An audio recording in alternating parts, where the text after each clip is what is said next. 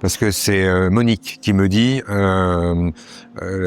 j'ai du mal à rencontrer à nouveau une personne après une relation de 25 ans. Je crois que j'ai peur de me retrouver dans le schéma précédent. Et en fait, Monique, elle me pose une question que beaucoup de femmes se posent parce qu'il y a une vraie difficulté à partir d'un couple, à s'en aller quand ça fait 15 ans, 20 ans, 25 ans. Et il faut comprendre un truc. Lorsque tu quittes un couple de 15 ans, 20 ans, 25 ans, il faut que tu restes focalisé pendant des semaines, pendant des mois sur ce que tu n'aimes plus, sur ce qui ne va pas. Et c'est important de rester focalisé parce que tu as une sorte d'espèce de glu, une espèce d'élastique qui t'empêche de te barrer pendant des années.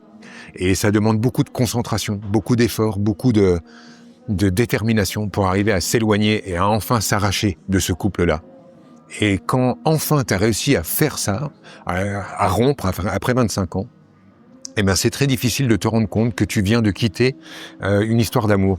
C'est-à-dire que comme ça fait des mois et des mois que tu es concentré sur tout ce que tu veux plus voir, sur comment tu peux plus supporter l'autre, tu as du mal à te rendre compte en partant que tu vis un chagrin d'amour, même si c'est toi qui le décides, même si ça t'a demandé énormément de détermination. Tu vis un chagrin d'amour parce que tu viens de quitter la personne avec qui tu as vécu l'achat de la maison, l'accouchement des enfants, les hauts et les bas. Et si tu te rends pas compte que tu vis un chagrin d'amour, ce chagrin d'amour, tu ne vas pas le pleurer.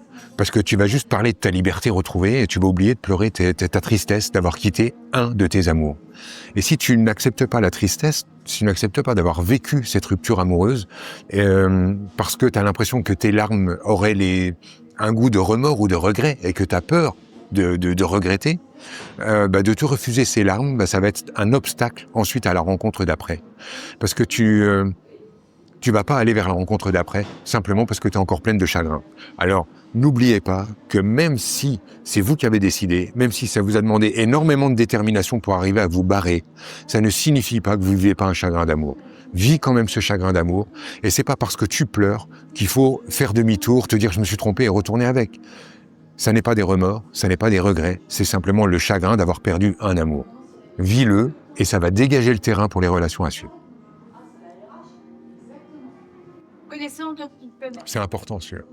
Celle-là, c'est une importante. Il y a plein de gens qui restent bloqués là-dessus.